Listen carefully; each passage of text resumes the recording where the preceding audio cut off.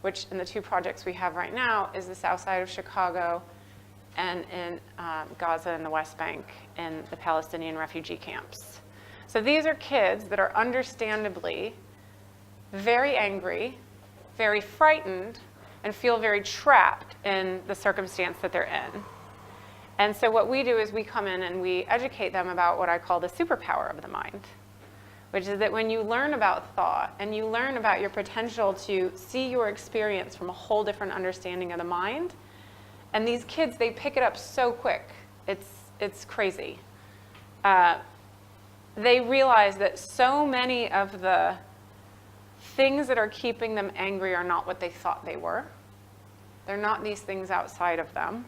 And that they have a freedom of mind to relate to their thinking differently. I love what that kid said. It reminds me so much of how the kids in Chicago talk about it. So one of the biggest things that we, just to focus on the Southside Chicago project for a moment, when we sat down with them, we said, tell us what your biggest challenges are. And they all said violence. And in the United States, it's gun violence. Because they all have access to guns.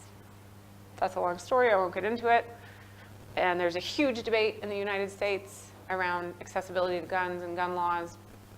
But at the end of the day, these kids even say, we said, well, what makes people pick up a gun and use it?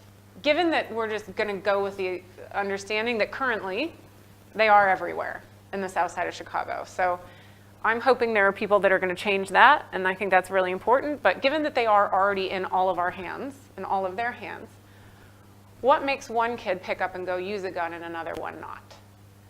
And they said, because kids are very smart, teenagers are very smart, they said emotions.